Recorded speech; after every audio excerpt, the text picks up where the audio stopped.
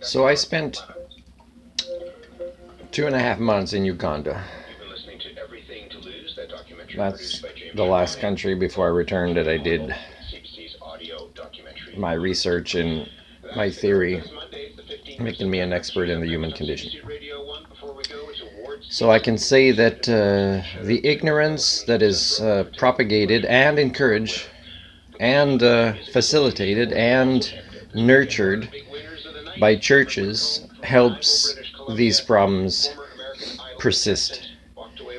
When it comes to reproduction or sexually transmitted diseases, infections, and so who should be paying for this research and this education is the church, right? The churches, the big institutions around the world. I mean, I met some that were originally the churches from Italy.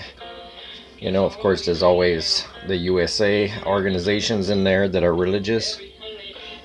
So, when presidents say God bless America, you are making yourself a supernatural fictional entity that causes problems like this. So you should be paying. Otherwise, you should start saying God unbless America.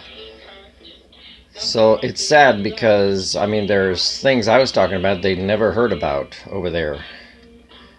Like, for example, a vasectomy is not something people understood. It's not a common thing there. People don't know how it works, People don't even want to hear it if you say it because they want to have your babies. Okay, but there's also, in Uganda, there was some quick clinics to get tested for HIV, things like that. But the thing is, like, you get religions that keep people not that bright, and it also kind of says, yeah, that you have to kind of have as many babies as possible, and that that it's against condoms, where the babies won't be born HIV positive. Like it's really in the nonsense of redneckism. So one thing Canada should fear right now, we should fear having as many dumb people in politics or with a lot of money as in the USA.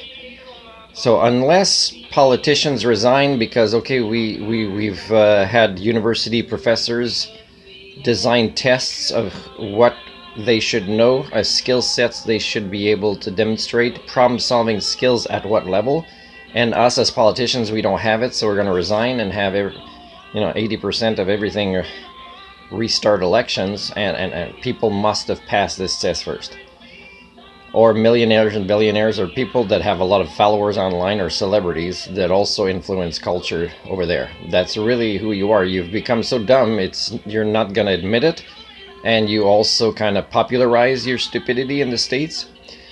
And you're not kind of somebody that can problem solve or that should even have an opinion about what's going on in Kenya. Really, is you should just use your dumb money to fund the nonsense that you've already helped create with your religions and your fictional worldviews and your ideologies. Because churches are also a lot more into the ka-ching magical paradigms than their own supernatural paradigms. I've said this before. So people, if you don't admit how screwed up we are as a species, then please try not to have an opinion about anything else. And if you don't look at yourself in the mirror or self-assess your own life enough, then please don't give your own opinions of others. Because I don't hear people that are fit to give opinions.